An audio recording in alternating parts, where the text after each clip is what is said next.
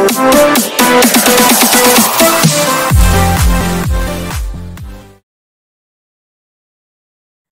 think it's the best that I could do for you. Lalo na ngayon at unti-unti ka nang nawawala ng oras para sa mga anak natin. Shit! Anong sabi mo? I almost whispered. Siyempre ayaw kong maniwala sa mga pinagsasabi nito. Pero kahit ganun ay hindi ko pa rin maiwasang kabahan. Knowing him, kaya niyang gawin ang lahat ng gusto niya, gamit lamang ang pera niya. They sent something to you. Go find it yourself. Umiling lang ako sa sinabi nito. Hindi niya ako maluloko. Walang paalam na pumasok ako sa kotse ko at kaagad itong pinaandar. I even heard him calling me, but I did not listen. Shit lang ang kalokohan yun. Sa tingin niya talaga siguro ay kaya niya pa rin akong papaniwalaan sa mga kalokohan niya. Pues hindi. Nakarating ako ng gusali nang walang nakasunod sa akin, kaya napaluwag ang paghinga ko. Lumabas na kaagad ako ng kotse at nagmamadaling pumasok sa gusali. Congratulations, Althea! Sa bawat taong nakakasalubong ko'y binabati nila ako ng may ngiti sa kanilang mga labi. That's strange. Wala akong kaidi-idiya kung anong pinagsasabi nila. Kaarawan ko ba ngayon? Hindi naman eh. Wala rin akong maalalang magandang pangyayaring nangyari kahapon. Isang normal na araw lang naman ang naganap kahapon. Bumisita nga lang si Sharon dito at binisita kami. Tapos ay bumili ako ng pasalubong ko para sa mga anak ko. At sinamahan ko na rin bumili ng pangregalo raw si James. Para sa kasintahan niyang uuwi sa susunod na linggo. Yun lang. Naguguluhang pumasok ako sa loob ng opisina. Congrats, Althea! I flinched when I suddenly heard my workmate shout. Masayang lumapit sila sa akin at iniwan ang mga gawain nila sa kubikulo nila. Naunang nakalapit sa akin si Marga na ngayon sobrang lawak ng ngiti sa kanyang mga labi. Mas lalo lamang akong naguluhan. Hindi mo naman sinabi sa amin. Parang kahapon lang nakikipagkamustahan pa tayo kay Sharon at panay advice ka sa kanya. Kumunot ang noo ko. What are you talking about? Teka nga, ano bang meron? Sus, deny-deny pa, confirmed na no? Dalawa naman pala kayo ni Sharon eh. Marga laughed. Wala talaga akong alam sa mga pinagsasabi nyo. Ano ba kasing meron? I chuckled trying to look fine in front of them. Despite the nervousness that covered my entire system. Best Actress last Frankerish of the Year ka talaga, Althea. Huwag mo nang i-deny. Your boyfriend came here yesterday and asked for your maternity leave. What Sheena said made my eyes widen and shock. Tila ba may kung anong humila sa kaluluwa ko paalis sa katawan ko. Ramdam ko ang panlalamig ng katawan ko dahil sa gulat na nararamdaman. Hindi mo rin sinabing jowa mo pala si Mr. Valiente. As in gulat na gulat kami nang makita ko siya rito kahapon. It's actually my first time seeing him personally.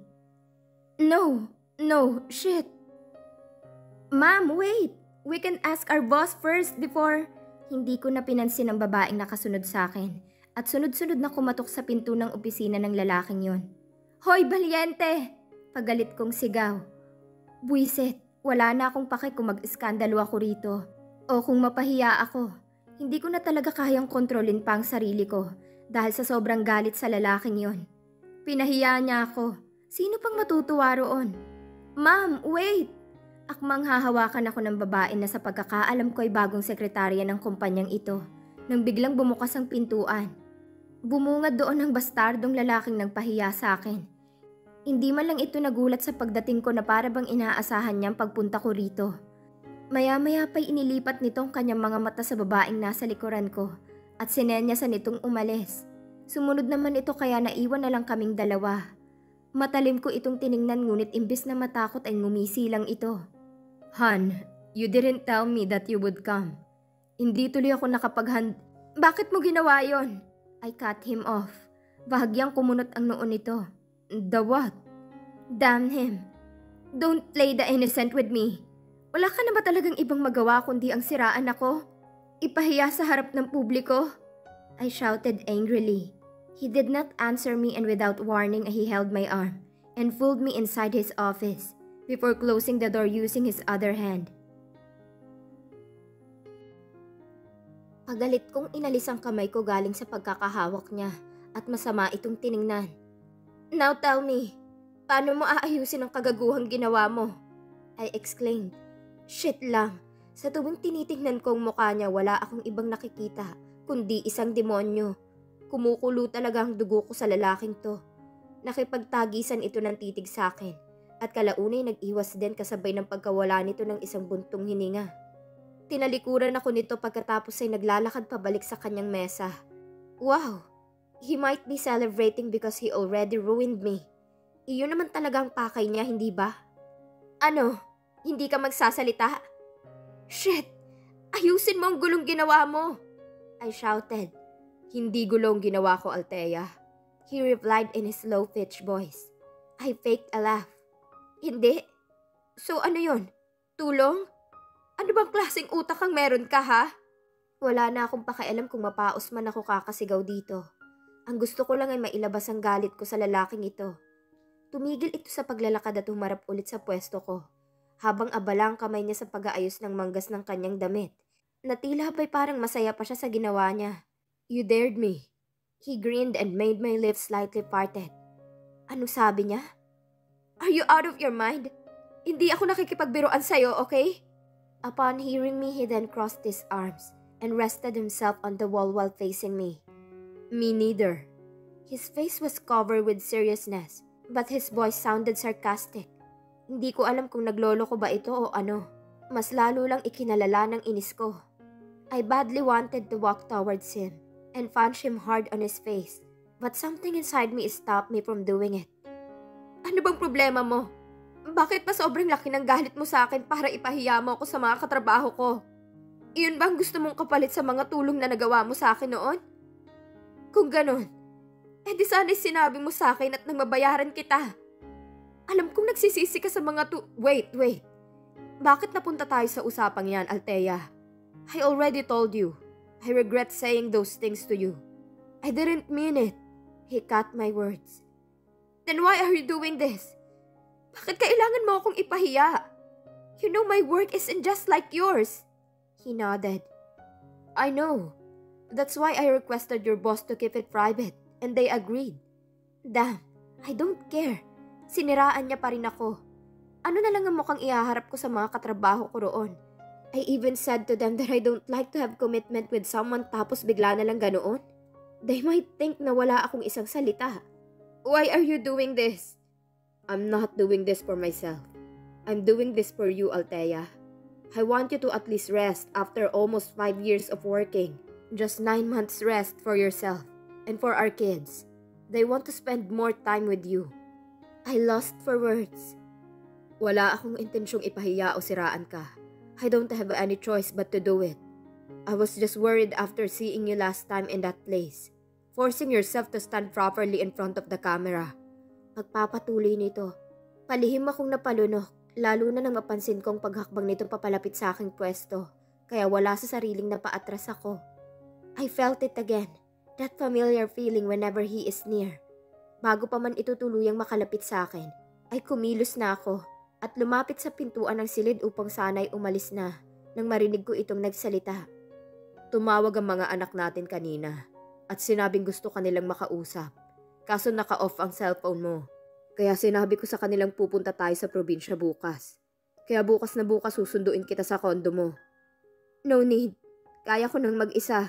I was about to say that, but my damn system betrayed me, and so I decided to just leave the room before he could say something. Good thing he did not stop me and just let me. Hindi ko naman kasi talaga alam kung uuwi ako sa probinsya para bisitahin sila, o kung pipilitin ang sarili kong pumasok sa trabaho at ipaliwanag sa kanilang ginawa ng lalaking yun. Pero kasi may bahagi rin sa akin na gustong umuwi at nang makasama ko ang mga anak ko. Lalo na nang sinabi ng lalaking yun na namimiss nila ako at ilang beses nila akong sinubukang kontakin. Tahimik akong lumabas ng gusalit, hindi na lamang pinansin ng mga empleyado ng nandoon at nakatingin sa akin. I even heard my name mentioned but I didn't mind it. They might recognize me and were shocked because of my sudden action towards their boss. I immediately went to the parking lot and took my car to drive myself back to the condo. Halo-halo ang pakiramdam na nararamdaman ko ngayon. I felt mad and happy at the same time. Galit dahil sa ginawa niyang yun. At saya dahil sa ginawa niyang yun. Katulad nga ng sinabi niya kanina, sa paraang yun ay mas makakasama ko ng matagal lang mga anak ko. Bagsak balikat akong nakarating sa kondo. Pabagsak kong inilagay ang bag ko sa sopa kasabay ng pagbagsak ko sa sarili ko. Isinandal ko ang sarili ko sa sandalan at doon ipinikit ang aking mga mata. Nalilito na ako sa sarili ko kaya sumasakit na ang ulo ko. Buwisit kasing lalaking yun. Bakit pa kasi nangingialam siya? My kids could understand why I am doing this. I already explained to them why do we have to see each others once a week. And that's to prepare for their future. Pero bakit hindi pa rin ako makapagsalita? Bagkus ay nakonsensya ako nang sabihin niya ang mga yun sa akin kanina. I groaned as I covered my face using my both hands. Ilang sandali pa'y inabot ko ang bag ko at kinuha roon ng cellphone upang tawagan si nanay. Pero nang buksan ko ito ay bumungad lang sa akin ng pagkarami-raming ang text messages na galing sa mga katrabaho ko. Kadalasan sa kanila ay binabati ako dahilan upang mapamura ako sa sarili. Shit! I scrolled down and looking for an important message. Pero napatigil lang ako nang mabasa ko ang pangalan ni James. Wala sa sariling pinindot ko ito. At bumungad sa akin ng pagkarami-raming mga funny stickers na galing sa kanya. At sa panghuling sinend niya ay napakunot ang noo ko. From James. Hoy, boyfriend mo pala si Sir Valiente. Hindi mo sinabing buntis ka na pala. May kapatid na pala ang kambal. Congrats! May pahanda ba? I giggled, not because of him greeting me but the way he greeted me. He even sent some gifts that fainted because of so much surprise. Hindi ko alam kung anong isasagot ko rito, kaya hindi ko na lang ito nireplyan. Tinawagan ko ang contact number ni nanay. Nakailang ring pa ay sinagot na ni nanay ang tawag. Bahagya kong inilayo ang speaker sa tenga ko dahil sa sobrang ingay ng kabilang linya. Oh, Maris! Ikaw na muna dyan! Hello, Althea! Narinig ko ang boses ni nanay at ang unti-unting paghina ng ingay sa kabilang linya. Teka, nasa tindahan pala sila. Hello, Nay? O anak, bakit ka napatawag? May problema ba dyan? Wika nito. Nasaan po kayo, Nay? Ang kambal po. Nasa tindahan ako eh. Ang dami-dami ng mga mamimili. Nasa bahay ang kambal, hindi ko muna pinapasok dahil baha pa rin dito hanggang ngayon. Sagot nito. Napanguso ako sa narinig. Hindi ko naman makakausap ang mga anak ko. Bakit pa parati na lang akong wrong timing? Po? Kaaga-aga ang dami na pong customer? Teka, kayo lang po bang dalawa ni Maris dyan? Oo nak eh. Ang daming bumibili ng school supplies eh. Project daw ng mga high school dito. Mabuti na lang at maaga nagbukas ang tindahan. Si Maris muna ang kasama ko dito dahil kagagaling lang sa check-up si tatay niyo kahapon. Kaya kasama niyang mga kambal sa bahay. Napakunot ang noo ko sa narinig. Bakit po, Nay? Ano pong nangyari kay tatay? Nag-aalala na tanong ko. Medyo sumakit daw kasi yung dibdib niya kahapon, nak. Siguro dahil yun sa pagbitbit niya ng kalahating sako ng feed sa bukid. Napaawang ang mga labi ko. Ano? Bakit naman nila hinayaang magbuhat si tatay ng mabibigat na bagay? Saan po ba si Mark? Hindi po ba may kabibiling tricycle po kayo dyan? Pwede naman po yung gamitin eh. Iyon na nga ang problema. Tinulungan ako ni Mark dito kahapon sa tindahan dahil kailangan pumasok sa trabaho si Maris. Wala naman si Rapi dahil may trabaho rin, kaya ayun. Hindi naman namin alam na mag-isa niya lang palang ginawa yun. Ang sabi niya, bibili lang siya ng feeds para sa mga baboy natin. Ang kitid din kasi ng utak ng tricycle driver na sinakyan ng tatay mo. Hindi man lang nag-isip na tulungan siya. Napabuntong hininga ako. Si tatay talaga. Ang tigas-tigas ng ulo. Inabisuhan na nga siya ng doktor na iwasan ng mabigat na trabaho. Ngunit nagawa niya pa talagang magbuhat ng sako. Nga pala nak, uuwi ka pala rito bukas, sabi ni Lucas. Saktong-sakto at bukas makalaway kaarawan ng kapatid mo. Pag-iiba ni nanay sa usapan. Shoot, birthday ni Rapiel bukas makalawa. Opo nay. Tama ba ang sagot ko? Paano ang trabaho ko? Hindi ko na ba ayusin ang kaguluhang yon? Pero paano naman si nanay na inaasahan pa lang pag-uwi ko? Pero paano yung trabaho mo dyan? Nalilito na ako. Buwisit kasi yung lalaking yun. Temporary leave ko po, Nay. Pahinga po. Saad ko na lang. Shit talaga. Pahamak. Natapos na ang tawag ng biglang tinawag ni Rafael si nanay. Dahil hindi raw alam ang presyo. Kaya kinailangan niya ng magpaalam. Inilagay ko ang cellphone sa lamisitang nasa harap ko. At pabagsak na isinandal ang sarili ko sa sandalan nitong sofa. Ano na lang ang gagawin ko rito? Hihilata na lang buong maghapon at hintayin ng bukas. Pero pwede naman ngayon ako umuwi sa probinsya. Sa huling pagkakataon ay napahilamos ako ng muka at doon nagpakawala ng malalim na hininga. Bago tuluyan tumayo upang magtungo sa kwarto at ibabad ang aking sarili sa tubig. I locked the door and made sure that no one could enter the bedroom before I take off my garments. Wala naman talaga akong pakialam kung nakasarado ba ang kwarto ko. O hindi, dahil unang-una wala namang papasok dito. Pero nandahil sa lalaking yun na kulang na lang ay angkinin itong unit ko, nawawalan na ako ng kumpiyansa. Katulad nga ng nakasanayan ko, mahigit 3 oras ako nakababad sa banyera, habang nakatitig lamang sa kawalan. At parang baliw na pinaglalaruan ng bulang nakalutang sa tubig kung saan ako nakalublob ngayon. Bandang tanghali na lang mapagpasyahan kong umahon galing doon. Dahil nakaramdam ako ng biglang pagkalam ng sikmura ko. Tahimik lang akong kumain at pagkatapos ay iniligpit ko na rin ang mga pinagkainan ko. Sobrang tahimik ng silid. Hindi naman ako sanay na manatili rito buong maghapon sa araw ng trabaho ko. Kapag kasi wala akong trabaho at day off ko, umuuwi ka agad ako ng probinsya at doon tutuloy. Ngayon ay nakakapanibago. Wala rin naman akong ibang pwedeng gawin kaya napagdesisyonan ko na lang na maglinis at magligpit ng mga gamit para sa pag-alis ko bukas. Oo. Mas pinili kong umuwi muna sa probinsya. Wala rin namang mangyayari kung magpapaliwanag ako sa kanila. Kaya mas maiging sulitin ko na lang ang kagaguhang ginawa ng lalaking yun. Besides, totoo rin naman ang sinabi niya. Kahit napamahal na ako sa trabaho ko, hindi ko pa rin maiwasang magreklamo dahil sa sobrang pagod at kakulangan ng tulog. Kinabukasan ay maaga akong nagising dahil sa pagkasilaw sa sinag ng araw na nanggagaling sa labas ng bintana nitong kwarto ko. 7:00 na pala ng umaga. Saglit akong nag-inat ng katawan bago ako tuluyang umalis sa higaan upang magsipilyo at kumain ng almusal. Kailangan kong umalis ng maaga nang hindi ako magabihan pagkarating ko roon. Kaya nang mapadali ay naggisa na lang ako ng kanin at nagprito ng itlog bilang ulam. Tapos ay pinarisan ko na rin ng gatas bilang panulak. Saglit lang ako nagbihis at nag-ayos ng sarili. Simpleng t-shirt at black pants lang ang suot ko. Kinuha ko na ang pack bag na may lamang mga damit kong nasa kama at lumabas na ng kwarto. Sinigurado kong nakalak lahat ng pinto sa unit ko bago ako umalis. Mukha kasing aabutan pa ako nito ng 1 linggo sa probinsya o baka mas higit pa. Siyempre namiss kong matulog at gumising doon sa bahay namin habang katabi ang mga anak ko at kumain kasabay sila nanay. Papalabas pa lang ako ng gusali nang makita ko na naman ang pamilyar na imahe sa labas.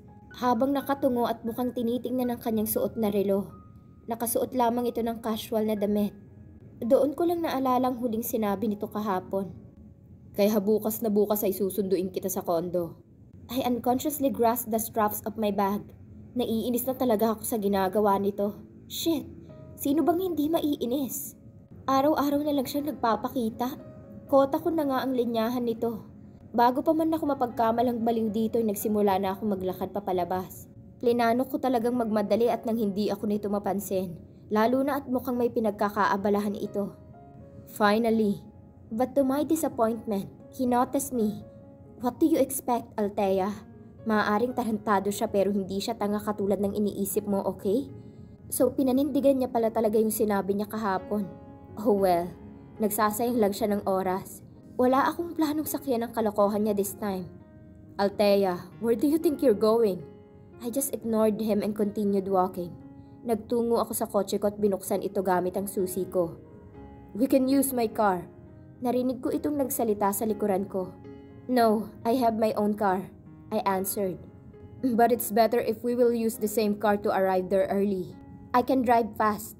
I caught him and opened my car's door. I slightly leaned to place my bag in the passenger seat.